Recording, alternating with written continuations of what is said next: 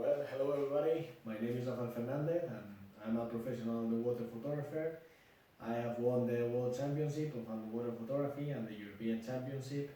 And well, since then I have been doing this as my work and also as my passion, as my way of living. So basically this project that it has been created together with Aqualung, it has as an aim to show and give you a couple of master classes about underwater photography, so you can have a general idea about this topic, about underwater image, underwater photography. And at the end, what we will do is to learn about this and have at least those general concepts, so you can now have fun in these difficult moments that we are all living. And after you have time, you can maybe sign up in any photo course or keep practicing yourself. So as I told you, the idea basically is to start in the underwater photography and image world for the ones that don't know it and for the ones that also know it.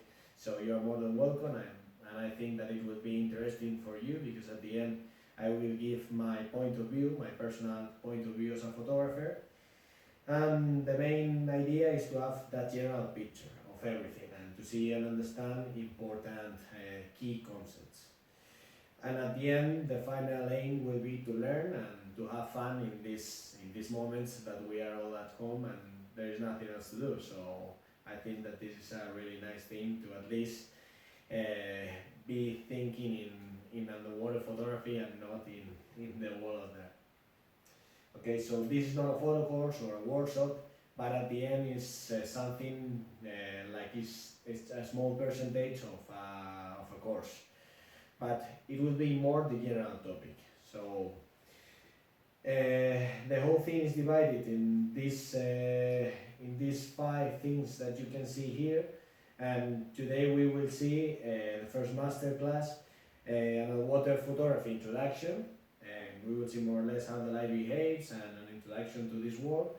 And we also have a look in composition and aesthetic rules. So you have a general idea about how to create a picture and how to make it visually attractive. That at the end for me is the most important. And I think that this masterclass, for people that are photographers, they might think that it's not really useful, but I think that it's really, really extremely useful, because I mean, we all can learn from everything, and this I'm sure that it will be something really, really good to learn about. Well, the second part will be about basic concepts and lighting techniques. We will see how we can see this. And the third masterclass will be about photo editing and about photo post-processing with my computer, so I can show you the way I do these things. We will start with the first topic. I'm going to check that the phone is recording. Well, yeah. And well, so the first topic that I told you is the introduction to underwater photography. And the first question that we have to ask to ourselves is, what is photography? And I will divide it in 3 main topics, 3 main definitions. The first one is isolate apart from an everything. The second definition for me, that these are obviously personal definitions, is to capture a moment and make it immortal. And the third one, it will be painting with light. And this is the most important concept that I want you to remember for this first introduction theme, that is that photography is painting with light. It comes actually, the word photography, from the Greek, phos, that means light, and graphis, that means painting. So basically a photographer is a painter of light. So if we have an everything, we can isolate a part of that everything, or we can capture a moment like these ones that you are seeing. And at the end we are creating a final image, a final picture, and we are painting with light that picture. Here you can see a clear example about how we are painting with light. This is a picture taken during 10 minutes, and I was actually painting with lights with my own torches. That's the main definition for me. As I told you, this is personal, but it's to have a general idea. Well, specifically, what is underwater photography? Really easy. It's the same as photography, but underwater. So You have to go on the water with a camera and you are doing underwater photography. Here, I wanted to tell you that you can be a professional photographer with a lot of stuff, but you can also be be an underwater photographer or be doing underwater photography if you have a small camera, or even with your compact one, or even if you don't have any torches, or if you have your GoPro with your small light, or even just your GoPro. So the idea here is that you can do photography and video underwater, even if you have just a small action cam. You don't need much, and this is really important. You don't think that this course or something is for advanced photographers or however, but it can be for anybody. Underwater photography, it's a peculiar kind of photography. And why? Well, because the light, that it's the main thing that we are painted with, behaves in a different way underwater. And on the opposite, if we are on land, everything is much easier, but underwater you can be in a wreck and see nothing, for example, one day, because the visibility can be really bad. But you can go there the other day and have another different situation. Or you can be in the Red Sea and find this completely different scenario in which you can take a picture of a whole wreck because the visibility is great. So we have to take this into account, because the idea here is that the light behaves in a different way underwater. And the second most important topic or idea that I want you to remember is that the water acts as a filter. That is the thing that I wrote there down. And this is really important. We have to have always this concept in our minds. Because when we are on the water, we have to know that the water will always filter the light. If we are during daylight diving, we will see what we already know, that the colors disappears when we go deeper. So at 5 meters we don't have the red, after we don't have the orange. We lose first the warmer colors, and after we end up losing all the colors. So we are not only losing the amount of light that the water is filtering, but also we are losing those warm colors as we go deeper. And what the thing that is happening basically is that the water is absorbing light, is reflecting also the light of the sun, but the same thing happens also if we go underwater with an external source of light, like a torch, like a strobe. And that's the main idea, that obviously we need to compensate that light that we are not having with an external light. But that external light, we have never, we cannot forget ever that it will act the same as the sunlight. And the water, as is a filter, it will be filtering that light. So if we are, for example, 30 centimeters away from one object, we might not have those red colors. If we are half meter away, we will lose most likely all the warm colors, and if we are 1 or 2 meters, we don't have even any light, because at the end the water has filtered all that light that was going there. More questions. What do you need to take good pictures? Well, in the water there are a lot of things that you can go to take pictures, and I always ask, knowing that you have the light, the housing, the camera, which one is the most important component? Everybody always thinks like the light, the camera, the housing. Obviously those components are important, but at the end the most important one, it's you. And it's a photographer, the one that is behind the camera, the one that has everything, that can control everything, and it's the most important for sure. If we have this in mind, we can take really good pictures, but if we don't, we are gonna be in a big problem, even if we have the best camera in the world. So do you think that a good camera is important to take a picture? The answer is clearly no. And I always compare the GoPro pictures with the reference pictures that I have here for the photo courses. And well, I saw always this one, for example. I always ask if it's GoPro reflex. This other one, GoPro reflex. Some people say GoPro, some people say reflex. this GoPro reflex, the same. Some people say GoPro, others say reflex.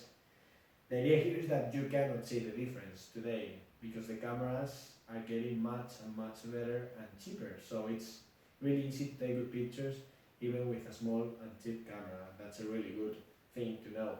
Here you can see the results.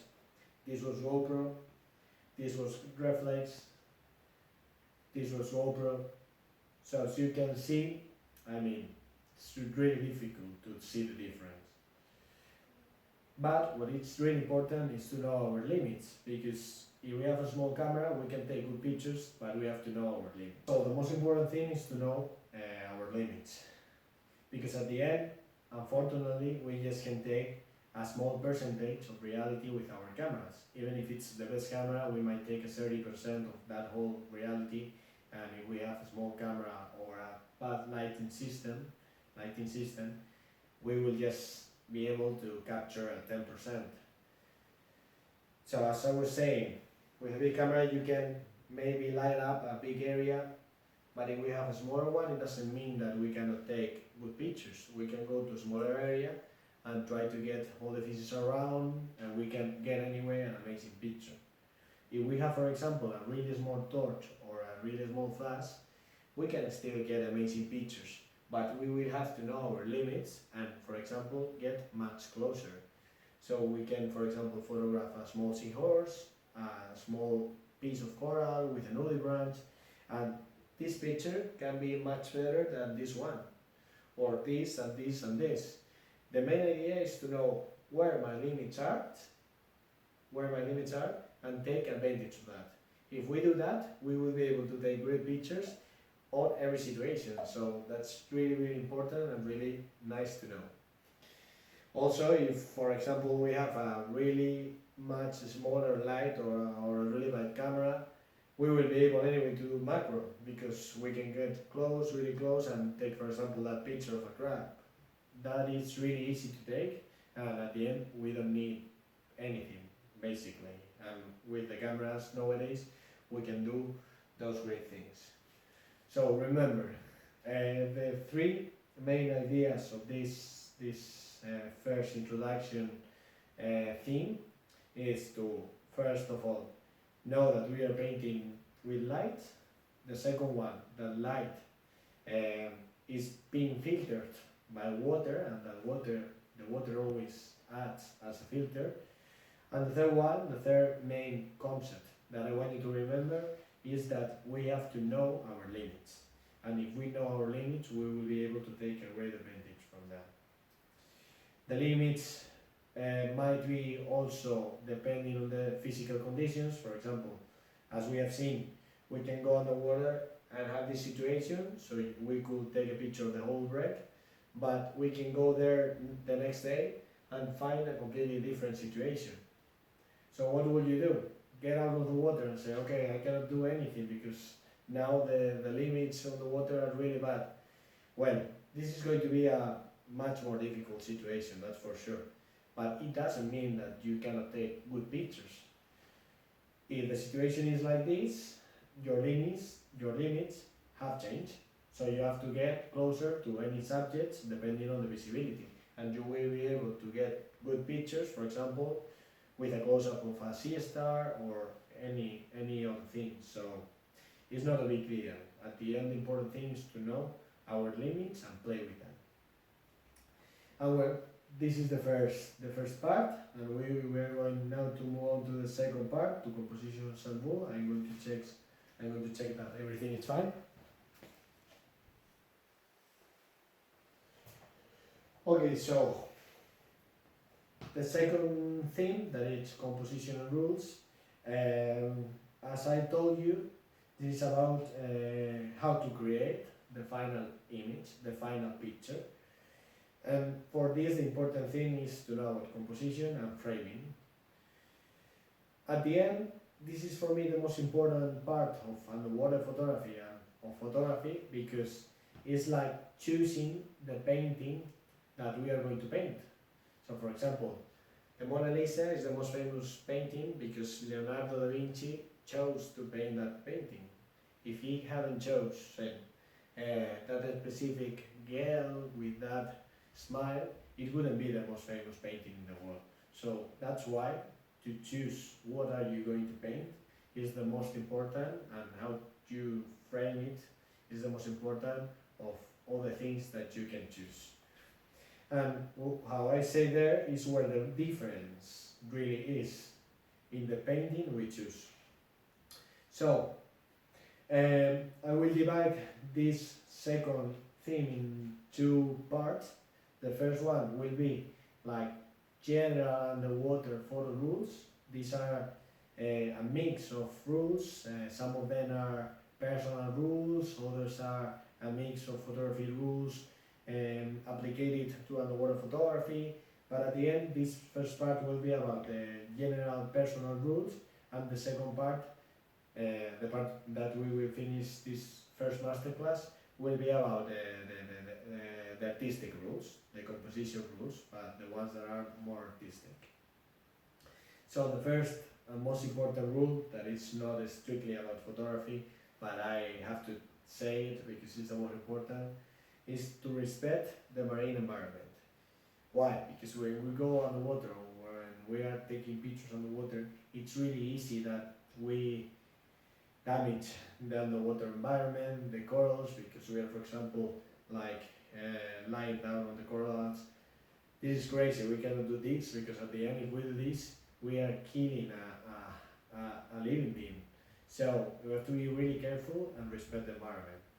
And if we are doing photography, we have to be more careful, because usually when we do photography, the truth is that we are not so thoughtful with things. So this is the first thing that you cannot forget, and is to respect the environment.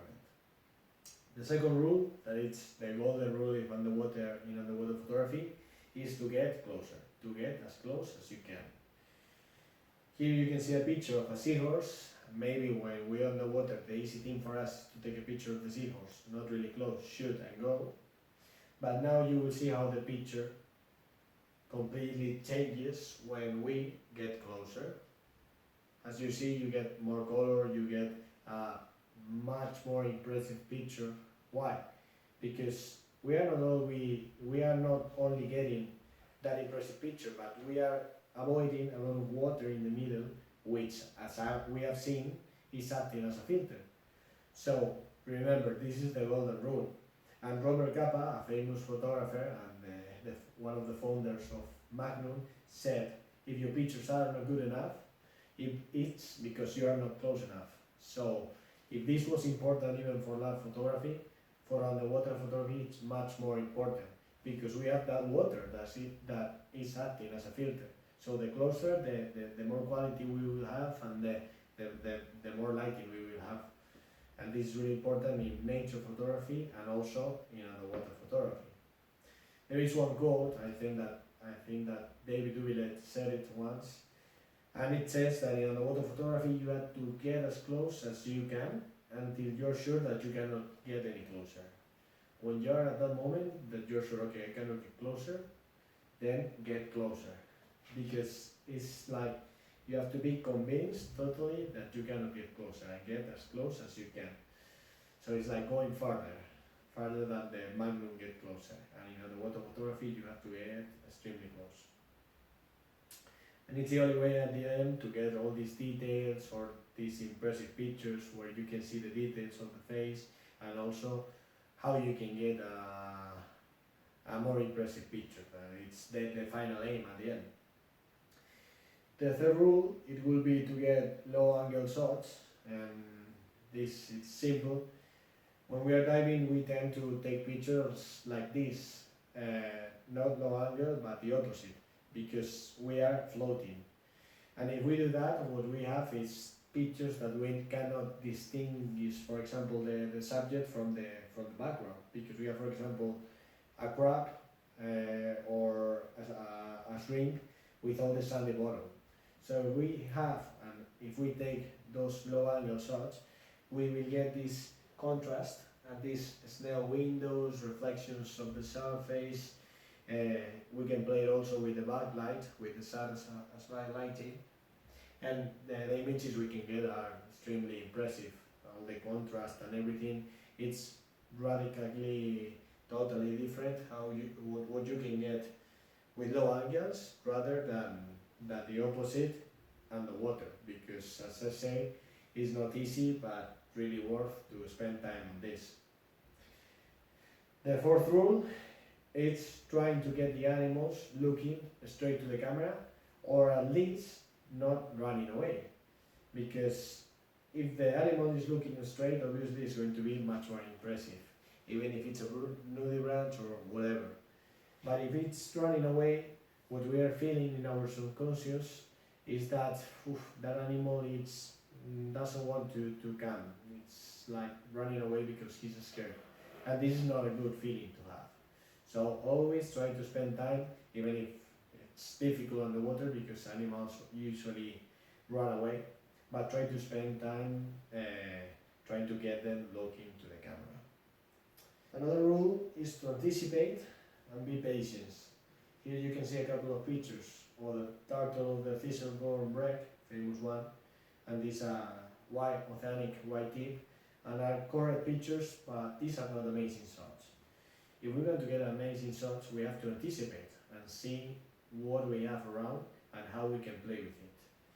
Following with these examples, if we want to get a good picture of the turtle of the thistleborn, it's better that we wait and try to get it with the canyons in the background or something, even if we take the risk of not taking any picture of the turtle. But it's much better to take that risk and have a good picture than having the same picture of the turtle and having like a normal picture in a place where it's actually what you can get really amazing. Here you can see another example of a turtle in a reef. Instead of going to the turtle that is usually going to run away, it's better to wait in a place that you see that is in the territory of the turtle and try to find some nice corals, and you can get nice pictures as these ones. Or like the oceanic white tip that we saw before, a normal picture. So once you have that memory picture that you can keep for you, I think that the best way is to risk for better pictures, for really impressive ones. This one, for example, won some photo contest, and I was waiting to get the shark with the rays of sun on the top of the shark, and finally got it. I took that risk, but for me, always really worth to wait a little bit, be patient, and try to play with it. Also, patience is really important for the sixth rule, that it's about capturing and waiting for the special moments. This is simple, at the end it's about waiting.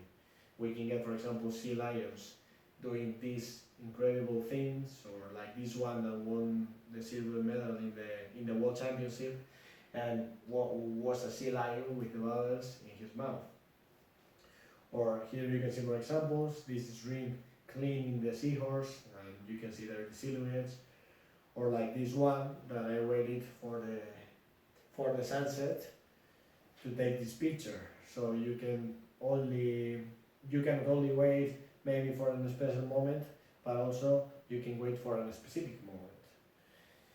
I really recommend you to wait for fishes to get in the frame or live. For example, here you can see the grouper, or here if we removed all these fishes, the picture couldn't be nice. Maybe it will be a normal picture, but life can change completely a picture. For example, this picture won a gold medal in the World Championship, and it was because of that, a special moment, the bird hunting the sardines, so it's something difficult to get, and also you're seeing a lot of life around. Or like this one that I took in the training days, and well, you can see the whale shark. Instead of taking the normal picture, I got it with the sardines going around the shark. And also it's important to get these pictures to pre-planificate before the dive, to do a planification. And well, this is really important, and I think that it might be the biggest secret to get amazing pictures. And it's about doing the planification before going underwater. Here in Cenote Angelita, Mexico, I knew that there was a crocodile on the surface, but I knew it was also really difficult to see. So what I did is take this picture and went up straight ahead to wait for the crocodile to come out or see where the crocodile could be. I was waiting, but at the end, after waiting a lot of time and planificate and do the planification to try to spend time on that, I finally was able to take these pictures of the crocodile in the surface. So I think it's really worth to pre-plan and try to spend time on these things. And here you can see, for example, another example. For instance, this turtle, it's impossible to take a picture of a baby turtle nowadays, like as a matter of luck. Here what I did is, in Bali, the north of Bali, there was a egg hatchery of turtles, and I asked for permission to get in the water during the morning. That was when the hatchery released the turtles. So they told me no problem, you can get in, and it's how I got this photo. Otherwise, it would have been impossible, but thanks to that, I was able to take this picture. Or it can be even more complicated to plan for a picture. For example, this image of a cetacean, specifically of pilot whales, have been taken with the ministry permissions in Spain. So to take this picture, you have not only to wait for the right moment, but you have to wait for the right season, to ask for the permissions, to find the boat and the way to go there. And that's basically the idea, no? That it's not always easy, and the more we plan it, the better it gets. And well, the last two advices and rules about general rules before going to the other ones is to use advanced techniques.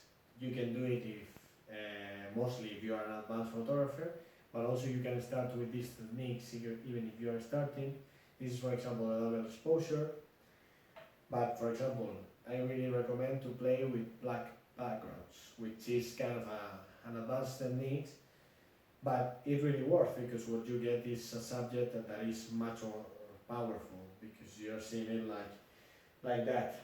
So you can play with the strobes, with the positioning, wait for the right time, and at the end try to get, with an advanced technique, an impressive result.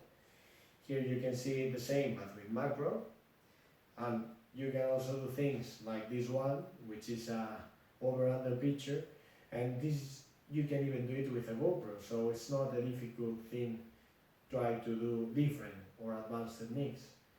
But I honestly recommend you that you do it when you have a little bit of experience, so it's much easier and much better.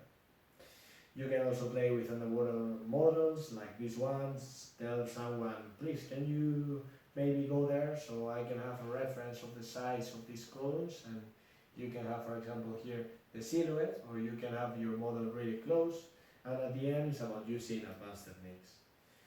Here you have, for example, light painting, another advanced technique. Here I position some torches inside those cars in Sudan. So it's about that. It's always nice to do different things, and the results are usually more impressive. Another general advice, that is the last one, the general rule, it's simple, that sometimes it's a matter of luck. And here you have a funny picture, and I say it's a funny picture because this picture, it seems that it has been really well thought, like, yeah, I wanted to take this picture, half of the turtle with light and the other half not. But the truth is that it was that one stroke, the one there, didn't shoot, so it was a problem of the camera. And thanks to that, I got a nice picture, so it was a matter of luck. This picture is kind of the same. You cannot be waiting for the right moment in which the fish goes when the fishermen are going with the nets up and you are going over under in the middle. It's just luck. You can be there for 3 days and not having this chance, but the more time you spend, the more chances and the luckier you can be. So these are basically the general rules. And to finish, we are going to see the artistic rules, and this will be the end of the first masterclass. So the artistic rules. I want you to know that are the same as in painting. So take a look, and when you go to a museum, try to see the paintings, and you will notice how these rules are the same. And these rules, what they do is to make an image visually attractive, and they guide the view of the viewer, so they can see the picture much easier and maybe enjoy it more. So which are these rules? Really easy ones. The first one, and maybe one of the most important, is to use diagonal lines. This means that if you have diagonals, the picture will usually be much better. And have a look to good pictures, and you will notice how most of the good pictures have a lot of diagonals around. Here you can see a clear example. This won a medal in a national championship here, and it's a clear diagonal, so it's quite easy. And here you can see other examples of diagonals of some winning pictures in some contest. So when you have diagonals, the picture will be more attractive than if you don't have those lines. Another important rule, really easy, is the result of dividing the frame, the picture, in these 9 areas, 9 parts. I combine these 3 rules in one because all of them are related with this division of the picture. And the first one is that the points of interest, so your main or your most important thing, it should be in one of these 4 spots. This is one rule. Here you can see the village. Also, the rule is that the horizon should be either here or either here, but not in the middle. And the third rule is that everything that is divided in thirds, in 3 parts, 3 areas, it's always related with a more beautiful thing. For example, here we have the land, the clouds, and the sky. So that's related with a beautiful thing. More examples. Here you can see the horizon. Also, you could see the diagonal, the points of interest. They are not both in the middle. I choose this one so subconsciously because it was more beautiful. This was the picture that I chose of many without thinking why this one, but after I realized that maybe I took many pictures on the diver going around, but I choose this one because it has this diagonal besides this one, and also the diver was in the point of interest. We have also 3/3, diver, island, and tree.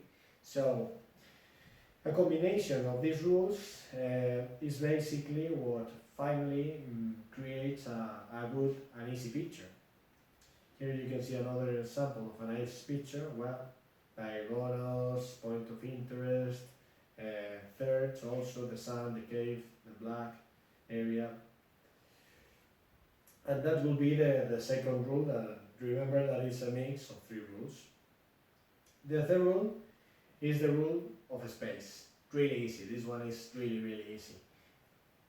It means that you should let space or take the picture with the space in the direction where the fish or with where the animal is looking or moving. So for example, in this case, we should let or give some space in there, or like here. Instead of having the picture finishing here, we have to let the animal move or look in the direction he's looking. Here, take a look to the point of interest. It's also here, diagonal. Here you can see the same example, but with a movement. We have space there and not here.